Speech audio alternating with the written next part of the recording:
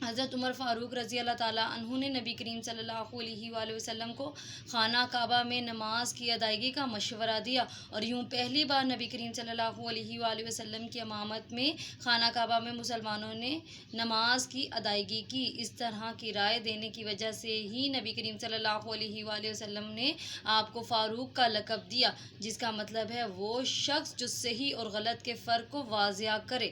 حضرت عمر فاروق رضی اللہ تعالیٰ عنہ اپنے غصے کی وجہ سے بھی بہت مشہور تھے۔ اگر کوئی بھی کچھ غلط کام کرتا تو آپ فوراً نبی کریم صلی اللہ علیہ وآلہ وسلم سے اسے سبق سکھانے کی اجازت طلب کرتے، لیکن نبی کریم صلی اللہ علیہ وآلہ وسلم ہمیشہ کہتے، بچوں آپ کو پتہ ہے نا نبی کریم صلی اللہ علیہ وآلہ وسلم کتنے اچھے تھے اور غصہ بھی نہیں کرتے تھے، نرم دل تھے، رحم دل تھے، اور ہمیشہ کہا کرتے تھے کہ مجھے لوگوں پر سختی کرنے کے لیے نہیں بھیجا گیا، مجھے انسانوں پر رحم کرنے کے لیے بھیجا گیا ہے، ٹھیک ہے۔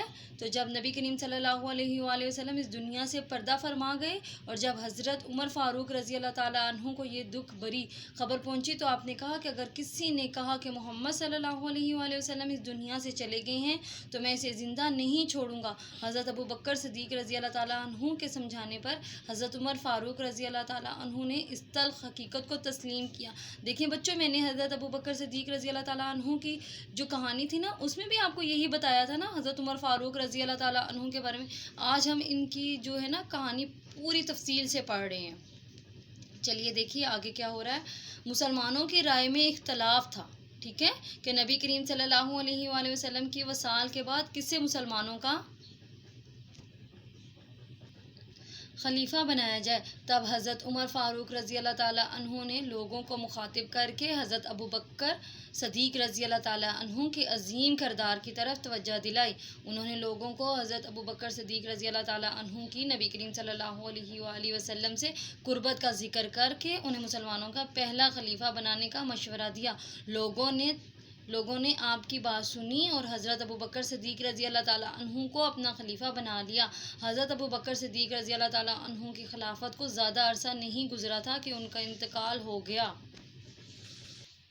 حضرت ابو بکر صدیق رضی اللہ تعالیٰ عنہ کے وصال کے بعد حضرت عمر فاروق رضی اللہ تعالیٰ عنہ نے خلافت کی ذمہ داری سنبھالی اور اسلام کے دوسرے خلیفہ بنے۔ بچوں، پہلے خلیفہ کون تھے؟ حضرت ابو بکر صدیق رضی اللہ تعالیٰ عنہ، اور دوسرے خلیفہ کون تھے؟ حضرت عمر فاروق رضی اللہ تعالیٰ عنہ۔ آپ یہ باتیں نا نوٹ کر لیا کریں، ٹھیک ہے، کہانی سن کر نا ان اچھی باتوں کو نوٹ کر لیا کریں، اہم باتوں کو۔ حضرت عمر فاروق رضی اللہ تعالیٰ عنہ کی خلافت کے زمانہ میں اسلام ایک عالمی طاقت کے طور پر دنیا کے سامنے آیا۔ ایران اور مختلف سلطنتیں جو تھیں نا بڑی بڑی مسلمان فوجوں کے سامنے منہ کے بل گر گئیں، ٹھیک ہے، اور آپ کی خلافت کے 10 برسوں میں ایران، شام، فلسطین، مصر اور ترکی کا ایک اہم حصہ اسلام کے جھنڈے تلے آ چکے تھے، ٹھیک ہے۔ آپ ایک اچھے جو سے تھے نا سپہ سالار ہونے کے ساتھ ساتھ ایک بہترین منتظم بھی تھے۔ آپ نے انتظامی معاملات کے لیے بہترین نظام بنایا۔ آپ کو اسلامی سیاسی نظام کا بانی بھی سمجھا جاتا ہے، ٹھیک ہے۔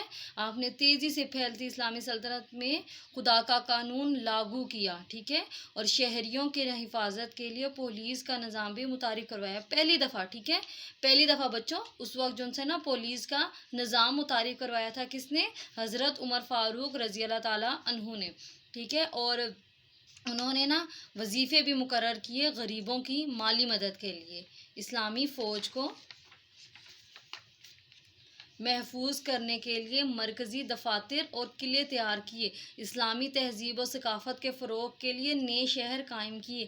آپ نے زراعت اور معاشی نظام کو بھی بہتر بنایا۔ آپ نے اسلامی سلطنت کے لیے بہترین تعلیمی نظام کی بھی بنیاد رکھی، کیونکہ بچوں شروع میں نے آپ کو بتایا تھا نا کہ بہت کم لوگ پڑھنا لکھنا جانتے تھے، تو اسلامی سلطنت کی ترقی کے لیے یہ ضروری تھا کہ ہر بندے کو پڑھنا آئے، ٹھیک ہے، تو پڑھنا آئے گا تو وہ ترقی کرے گا نا۔ تعلیمی نظام کو انہوں نے اس چیز کی بنیاد رکھی کہ تعلیمی نظام ہونا چاہیے، مسلمان پڑھے لکھے ہونے چاہیے، باقی لوگ بھی پڑھے لکھے ہونا چاہیے، ٹھیک ہے، تاکہ ان کو دین کی سمجھ آئے۔ مختصر یہ ہے کہ حضرت عمر فاروق رضی اللہ تعالیٰ عنہ ہر مسلمان کے لیے مثالی شخصیت ہیں، ٹھیک ہے. آپ مسلمانوں کے لیے انصاف، خدا ترسی، انکساری جیسی بہترین خصوصیات سے بھرپور مثالی کردار ہیں. آپ کی ذاتی اور پیشہ ورانہ زندگی میں سے کوئی ایک واقعہ بھی ایسا نہیں جسے پیش کر کے کہا جا سکے کہ آپ نے یہ کام ٹھیک طور پر نہیں کیا. بچوں یہ دیکھیں کہ حضرت عمر فاروق رضی اللہ تعالیٰ عنہ نے کتنا کچھ اسلام کے لیے کیا اور کتنی محنت کی، اور نبی پاک صلی اللہ علیہ وسلم سے دیکھیں ان کی محبت کتنی زیادہ تھی، اور اسلام کے ساتھ بھی. آج ہماری کہانی کا اختتام یہیں پر ہوتا ہے، ٹھیک ہے. اور اگر آپ کو کہانی میری اچھی لگی ہے تو پلیز پلیز پلیز اسے لائک کیجیے گا، اپنے دوستوں میں زیادہ سے زیادہ شیئر کیجیے گا، اور کمنٹس کرنا نہ بھولیے گا، اور پلیز میرے چینل کو سبسکرائب بھی کیجیے. جزاک اللہ.